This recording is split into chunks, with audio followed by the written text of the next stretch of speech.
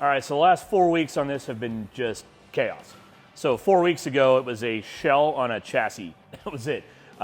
So we've actually done a lot of stuff. We're rolling our Goonies right now because our Detroit steels makes it a little too tall to work on. We have a rough country lift kit. We got Fox external reservoir shocks for the look. We have a rough country steering stabilizer. Both front and rear axles have been rebuilt.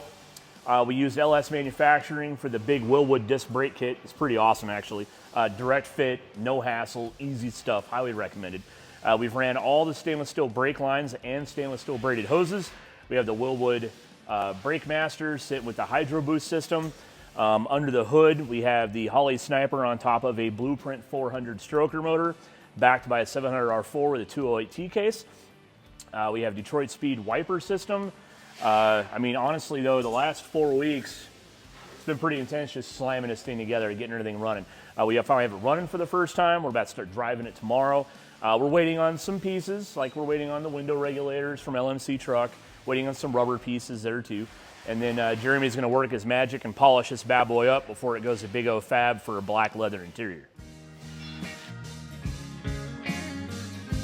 One of the things we wanted to add to this was electric running boards. So when this thing's got its full tire lift under it, I mean, this is probably right about here. So she's pretty tall.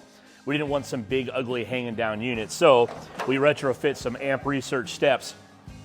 Working pretty good. We're still getting some bugs ironed out on them, but full light assembly and everything.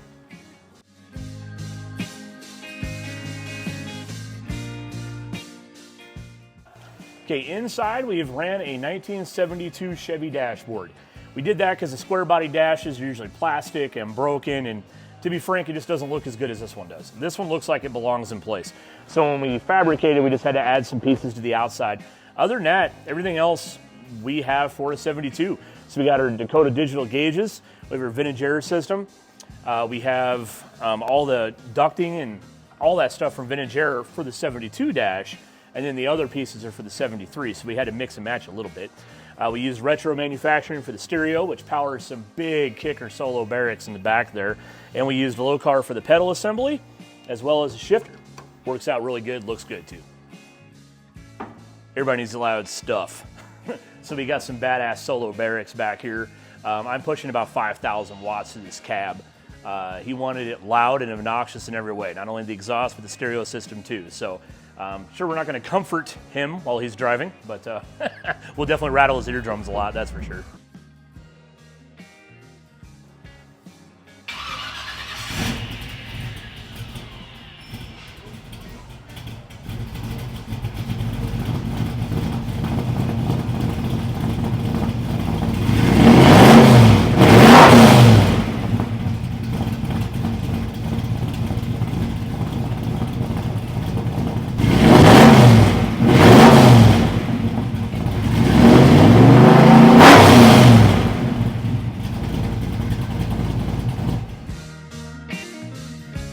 All right, so under the hood, it looks kind of busy. Definitely is. I mean, we're still buttoning up some electricals, so we have all the wiring out. We won't wrap that until actually we have it running and driving, and we've done some test miles on it. We got the air cleaner coming. It's actually a factory air cleaner. We got to get that done. It's at the body shop now. We got CVF belt drive system, Champion radiator, Durali fans. I mean, long story short, we are very, very close to having this thing on the pavement. Can't wait for it. Give us a follow, subscribe us, check it out, keep an eye on it.